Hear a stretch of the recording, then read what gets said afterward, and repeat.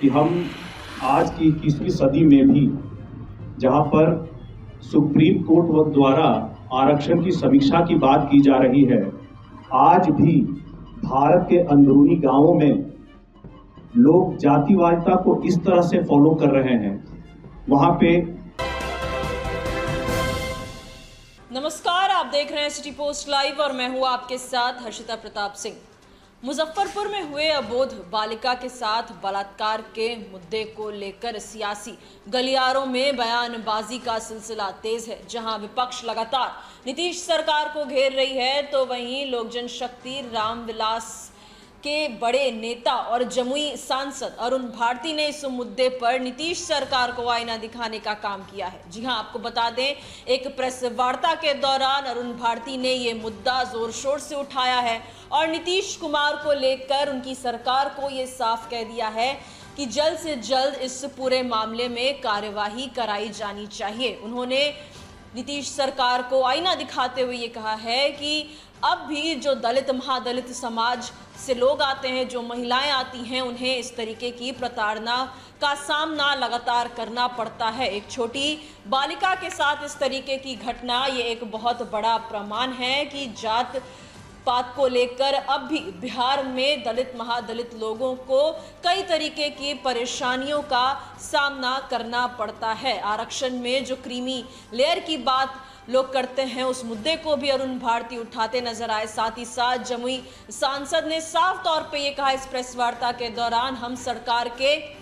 समर्थन में जरूर हैं, लेकिन हम सरकार के सामने अपनी ये बात रखना चाहेंगे कि इस मामले को लेकर जल्द से जल्द कार्रवाई की जाए और आरोपी को कड़ी से कड़ी सजा दिलाई जाए। साथ ही अन्य मुद्दों को भी उठाते नजर आए अरुण भारती। इस प्रेस वार्ता के दौरान क्या कुछ कह रहे थे, हम आपको छोड़े जाते हैं उनकी बातों के साथ।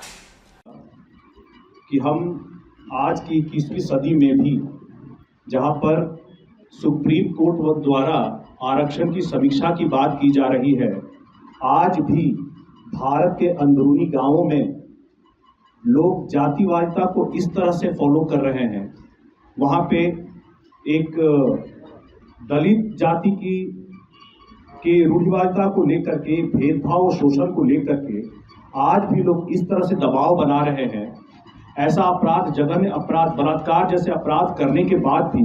लोग इस तरह से दबाव बना रहे हैं, तो क्या इससे ये चीज फिर से साबित नहीं होता कि भारत में आज भी जातिवादिता उतनी ही गहरी जड़ों से यहाँ पे अभी उपस्थित है और यहाँ पे सुप्रीम कोर्ट क्रीमी लेयर की बात कर रहा है।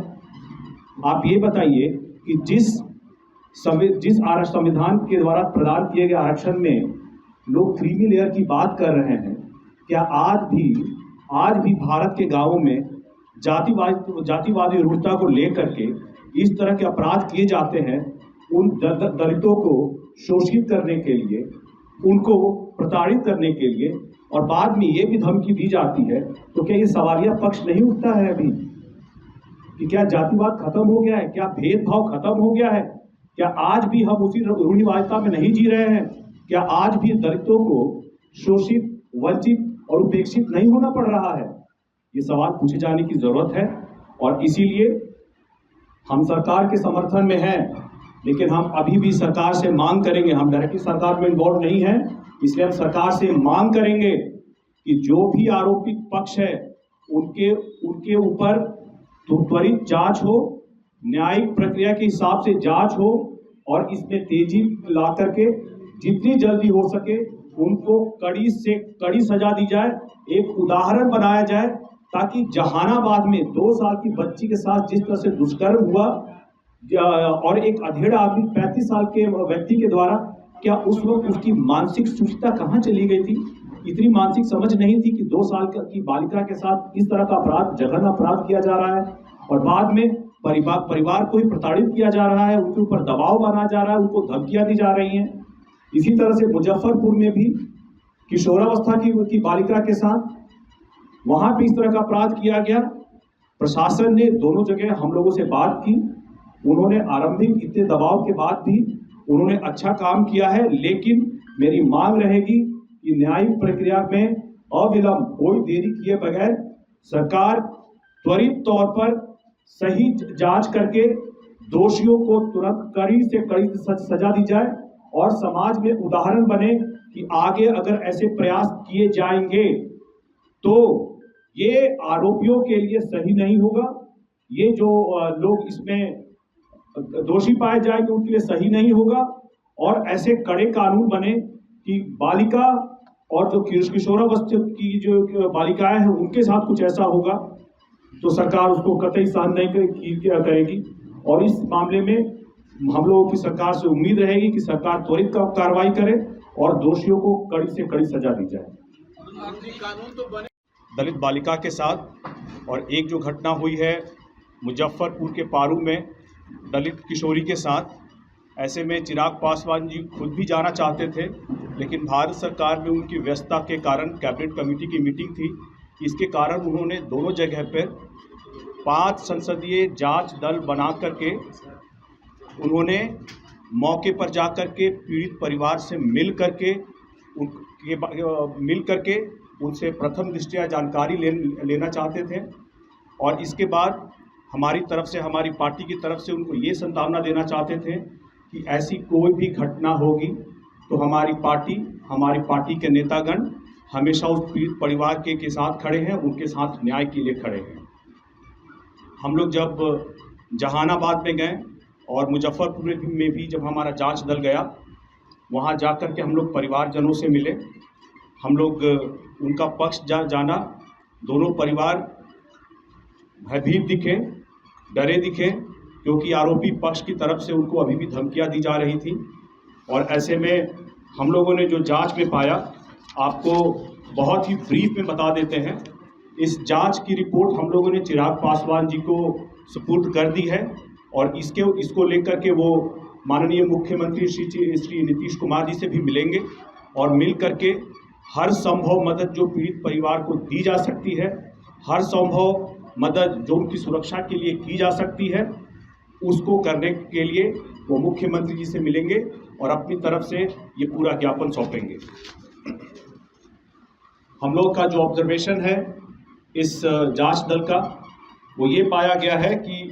जो पीड़ित पक्ष है वो दलित समुदाय से है और दोनों ही मामलों में जो पीड़ित पक्ष है उसमें बालिकाएं हैं। दोनों ही मामलों में बलात्कार और हत्या के प्रयास जैसे जघन्य अपराध की कोशिश की गई है, जो कि जातिवादी रूढ़िवादिता के कारण ही किए गए लगता है। पीड़ित पक्ष उस गांव में अल्पसंख्यक हैं, वहां पे एक विशेष समाज के लोगों का बहुलता है और ये जानकर के सबसे ज़्यादा हैरानी होती है कि जो आरोपी पक्ष है दोनों मामलों में आज भी वो आरंभिक जांच को प्रभावित करने की कोशिश कर रहे थे। उनका ये कहना था कि हम पैसे के बल पर अपना ये जो जांच है उसको अपने पक्ष में करवा लेंगे, हम इस जांच को की आंच अपने ऊपर आने नहीं देंगे, हमारे ऊपर हमारे जो स्थानीय नेता है उनका संरक्षण है। और कई मामलों में, और इन दोनों मामलों में आरोपी पक्ष पीड़ित पक्ष के ऊपर जान माल की धमकी देना और इस केस को वापस लेने का भी दबाव बना रहे हैं। ऐसे में मैं आश्वस्त करना चाहूँगा कि हमारे राष्ट्रीय अध्यक्ष श्री चिराग पासवान जी न सिर्फ माननीय मुख्यमंत्री जी से मिलकर के इनकी सुरक्षा के लिए, इनकी हर संभव मदद के लिए आगे प्रयास के लिए कोशिश करेंगे, बल्कि वो बिहार में हर जगह आश्वस्त करना चाहेंगे कि जहां भी कहीं ऐसी घटना होगी वहां पर हमारी पार्टी, हमारे राष्ट्रीय अध्यक्ष और हमारे नेतागण बहुत ही मजबूती के साथ पीड़ित परिवार के साथ खड़े हैं। उनको सुरक्षा दिलाने के लिए, उनको हर संभव मदद दिलाने के लिए वो भी खड़े हैं, हमारी पार्टी और हमारे पार्टी के नेतागण भी खड़े हैं। जांच दल में कौन गया था? जांच दल में जो लोग गए थे उनकी लिस्ट आपको दे दी जाएगी। अभी राजेश भट्ट जी आपको मुहैया करा देंगे। और राजेश जी आप दोबारा नाम बता दें कौन कौन लोग हैं।